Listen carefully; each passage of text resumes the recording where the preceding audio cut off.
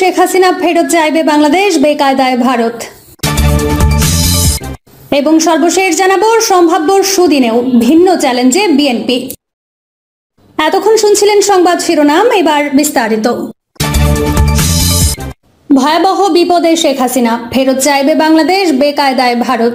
ভয়াবহ বিপদের মুখে কি পড়তে চাচ্ছেন? নির্বিচারে নিজ দেশের ছাত্র জনতা হত্যার দায়ে অভিযুক্ত বাংলাদেশের ক্ষমতাচ্যুত সাবেক প্রধানমন্ত্রী শেখ হাসিনা আর স্বৈরাচার হিসেবে খ্যাত শেখ হাসিনাকে আশ্রয় দিয়ে ভারতে নিজেদের নানা বিপদ ও বিব্রতকর পরিস্থিতির মুখে ঠেলে দিয়েছেন। নতুন করে আবারও এই প্রশ্ন উঠে এসেছে বাংলাদেশের অন্তর্বর্তী সরকারের পররাষ্ট্র উপদেষ্টা মোহাম্মদ তৌহিদ হোসেনের এক বক্তব্যের পর। শনিবার রয়টার্সকে দেয়া এক সাক্ষাৎকারে পররাষ্ট্র উপদেষ্টা জানান, শেখ হাসিনাকে ফেরত চাইতে পারে বাংলাদেশ। তিনি বলেন, শেখ হাসিনার বিরুদ্ধে অনেক মামলা দায়ের করা হয়েছে, তাই তাকে বিচারের মুখোমুখি করতে ফেরত চাওয়া হবে। আর তেমনটা হলে তা ভারত সরকারকে বিব্রতকর পরিস্থিতিতে ফেলবে বলে মনে করছেন পররাষ্ট্র উপদেষ্টা। তিনি সাফ জানিয়ে দিয়েছেন, বাংলাদেশের স্বরাষ্ট্র মন্ত্রণালয় বা আইন মন্ত্রণালয় শেখ হাসিনাকে ফেরত পাঠানোর অনুরোধ জানালে তা মানতে বাধ্য হবে ভারত। এমন অবস্থায় প্রশ্ন উঠেছে, শেখ হাসিনার সামনে কি পথ খোলা আছে? তাকে কি বাংলাদেশে ফেরত পাঠানো হবে নাকি ভারতেই রেখে দেওয়া হবে? ভারতে থাকলেও তিনি কি হিসেবে থাকবেন? হাই প্রোফাইল শরণার্থী হয়ে নাকি ভিসার মেয়াদ বাড়িয়ে? কিন্তু বাংলাদেশ সরকার তো শেখ হাসিনার লাল পাসপোর্ট বা কূটনৈতিক পাসপোর্ট বাতিল করেছে। সেক্ষেত্রে কি ঘটবে? বিশ্লেষকরা বলছেন, শেখ হাসিনার কাছে আরও একটি পাসপোর্ট বা সাধারণ পাসপোর্ট রয়েছে, যা দিয়ে তিনি ভিসার আবেদন করতে পারেন। তবে শত শত ছাত্র জনতা হত্যার দায়ী অভিযুক্ত শেখ হাসিনাকে বিচারের জন্য বাংলাদেশ ফেরত চাইলে কি করবে ভারত? বিশ্লেষকরা বলছেন, এই মুহূর্তে শেখ হাসিনাকে নিয়ে ভারতের সামনে কার্যত তিনটি পথ খোলা আছে। এক, বাংলাদেশের সাবেক প্রধানমন্ত্রীর জন্য তৃতীয় কোনো দেশে আশ্রয়ের ব্যবস্থা করা, যেখানে তিনি নিরাপদে ও সুরক্ষিত পরিবেশে থাকার নিশ্চয়তা পাবেন। দুই, শেখ হাসিনাকে রাজনৈতিক আশ্রয় দিয়ে ভারতেই এখনকার মতো রেখে দেয়া। আর সর্বশেষ তিন, আওয়ামী লীগকে কোনোভাবে সক্রিয় করে দলের সর্বোচ্চ নেত্রী হিসেবে শেখ হাসিনাকে বাংলাদেশ ফেরত পাঠিয়ে সংগঠনের হাল ধরানো। তবে ৩ নম্বর পথটি বাস্তবায়ন সম্ভব নয় বলে মনে করছেন বিশ্লেষকরা। সেক্ষেত্রে ভারতে থেকে যাওয়ায় শেখ হাসিনার জন্য ভালো পথ, তবে এই সিদ্ধান্ত আগামী দিনে দিল্লি ঢাকার সম্পর্কের ক্ষেত্রে বিরূপ প্রভাব ফেলবে বলে মনে করছেন বিশ্লেষকরা। যদিও ভারতের মনোভাব এখনই পরিষ্কার নয়।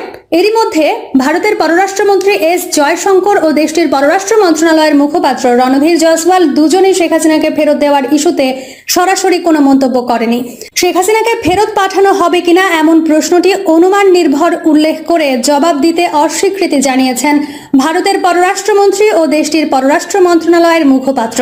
তাহলে শেষ পর্যন্ত কি ঘটবে শেখ হাসিনার ভাগ্যে? দেশে ফেরত পাঠালে শেখ হাসিনার সামনে ভয়াবহ বিপদ একেবারে নিশ্চিত। আর ভারতে রেখে দিলে কি হিসেবে থাকবে বা আদৌ রাখতে পারবে কিনা, এসব কিছুই এখন এক বড় অনিশ্চয়তা, এক বড় প্রশ্ন।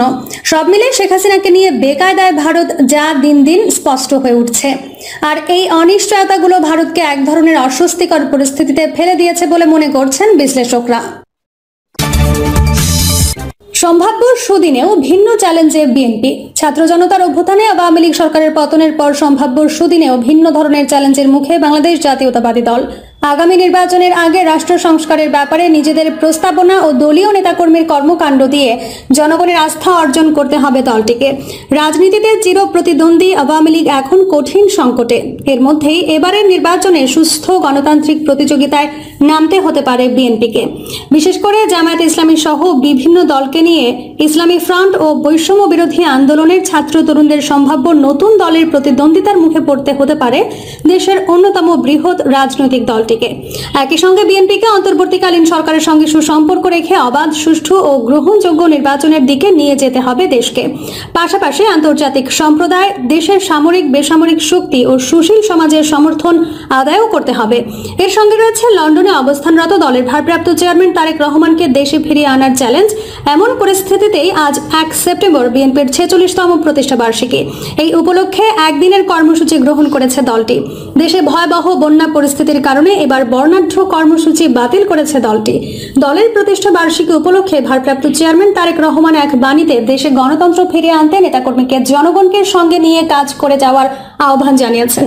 দলটির নেতারা বলছেন, সমমনা দলগুলোকে নিয়ে রাষ্ট্র সংস্কারের নতুন প্রস্তাব দিয়ে দেশি বিদেশিদের আস্থা অর্জনে তারা আশাবাদী। একই সঙ্গে তারা দলকে সুসংগঠিত করে নতুন সব চ্যালেঞ্জেও মোকাবেলা করবেন। আগামী নির্বাচনে জনগণের সমর্থন নিয়ে বিপুল ভোটে ক্ষমতায় আসবেন। 2014, 2018 এবং 2024 সালের নির্বাচনের আগে আন্দোলন করে নির্দলীয় সরকারের অধীনে নির্বাচনের দাবি আদায়ে ব্যর্থ হয়েছে বিএনপি। দ্বাদশ সংসদের একতরফা নির্বাচনের 6 মাসের মাথায় ছাত্র জনতার আন্দোলনে শেখ হাসিনা সরকারের পতনে বদলে যায় দৃশ্যপট। বিএনপি চেয়ারপারসন খালেদা জিয়া কারামুক্ত হন। রাজনৈতিক মামলায় দলের কারাবন্দীর সর্বস্তরের নেতাকর্মীরাও বন্দী দশা থেকে মুক্তি পান। কিন্তু এরই মধ্যে দেশের বিভিন্ন স্থানে দলটির নেতাকর্মীর বিরুদ্ধে দখল ও চাঁদাবাজির অভিযোগ উঠছে। এতে দলটি আবার জনপ্রিয়তা হারানোর চ্যালেঞ্জে পড়েছে। যদিও দলটির হাইকমান্ড কঠোর অবস্থান নিয়ে অনেককে বহিষ্কার করেছেন। রাজনৈতিক বিশ্লেষকরা বলছেন, বিএনপিকে নতুন ধরনের চ্যালেঞ্জ মোকাবেলা করতে প্রস্তুত হতে হবে। বিগত দিনে দেওয়া 31 দফা রূপরেখা যে কথার কথা নয়, তা প্রমাণ করতে হবে কাজের মাধ্যমে। তাদের সংস্কার প্রস্তাবগুলো নতুন আঙ্গিকে দেশবাসীর সামনে তুলে ধরতে হবে। মানুষের আস্থা অর্জন করতে হবে। গণতান্ত্রিক প্রজ্ঞা প্রদর্শনের মাধ্যমে চ্যালেঞ্জ মোকাবেলা করতে হবে। অন্যথায় ভবিষ্যতে চরম বিপর্যয়ের সম্মুখীন হতে পারে দলটি। 1978 সালের এই দিনে প্রয়াত রাষ্ট্রপতি জিয়াউর রহমান দলটি প্রতিষ্ঠা করেন। 1981 সালে জিয়াউর রহমানের হত্যাকাণ্ডের পর তার স্ত্রী খালেদা জিয়া দলটির হাল ধরেন। তার নেতৃত্বে 3 বার রাষ্ট্রীয় ক্ষমতায় আসীন হয় বিএনপি। অন্তর্বর্তী সরকার তাকে মুক্তি দিলেও রাজনীতিতে নেই তিনি। ভারপ্রাপ্ত চেয়ারম্যান হিসেবে তার ছেলে তারেক রহমান বিদেশে থেকে দল পরিচালনা করছেন। এতে সক্রিয় উপস্থিতির শূন্যতা পূরণ হচ্ছে না। যদিও দলের নেতারা দাবি করছেন, এখন ডিজিটাল যুগের সশরীরে উপস্থিতির কাজ ভার্চুয়ালি সম্ভব হচ্ছে। 1981 সালে জিয়াউর রহমানের হত্যাকাণ্ডের পর প্রথমবার সংকটে পড়েছিল বিএনপি। 80 এর দশকে জেনারেল হুসেইন মোহাম্মদ এরশাদের শাসনামলে খালেদা জিয়া কারাবন্দী হওয়ার পর দ্বিতীয়বার গভীর সংকটে পড়ে দলটি। 2007 সালে 111 এর সময় খালেদা জিয়া সহ বিপুল সংখ্যক শীর্ষ নেতা কারাবন্দী হলে দলটির তৃতীয় দফার নেতৃত্ব সংকটে পড়ে। 3 বারই ভাঙনের মুখে পড়েছিল দলটি।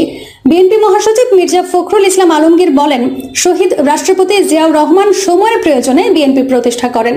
বহুদলীয় গণতন্ত্র চর্চার পথ খুলে দেন তিনি। পরে নানান চড়াই উতরাই পেরিয়ে দলের চেয়ারপারসন খালেদা জিয়ার নেতৃত্বে বিএনপি দেশের বৃহৎ রাজনৈতিক দলে পরিণত হয়। দীর্ঘ 15 বছর বিএনপি কর্তৃত্ববাদী আওয়ামী লীগ সরকারের বিরুদ্ধে আন্দোলন চালিয়ে আসছে। হাজার হাজার নেতাকর্মী গুম খুন হয়েছেন। এমনকি লাখ লাখ নেতাকর্মীকে গ্রেপ্তার করে অত্যাচার নির্যাতন করা হয়েছে। অবশেষে ছাত্র জনতার অভ্যুত্থানের মাধ্যমে স্বৈরশাসকের পতন ঘটেছে।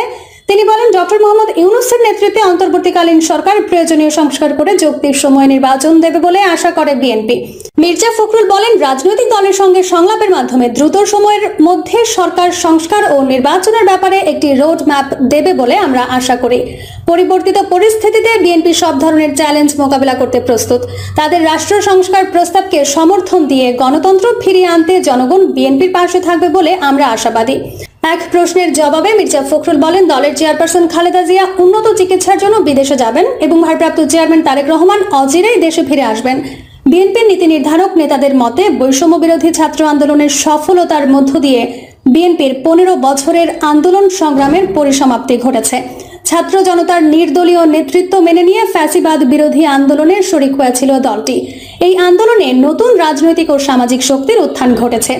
রাজনৈতিক দলগুলো তা মেনেও নিয়েছে। তাদের মতে ফ্যাসিবাদী বনাম গণতান্ত্রিক বাংলাদেশের যে মেরুকরণ ছিল, তার শেখ হাসিনার পালিয়ে যাওয়ার মধ্য দিয়ে বিলীন হয়ে গেছে। ফলে গণতান্ত্রিক প্রক্রিয়ায় সুস্থ গণতান্ত্রিক প্রতিযোগিতার নতুন মেরুকরণ তৈরি করা এখন বড় চ্যালেঞ্জ হয়ে সামনে এসেছে। ছাত্র জনতার আন্দোলনে দেশের মানুষও আওয়ামী লীগের সঙ্গে বিএনপিকে তুলনা করছে।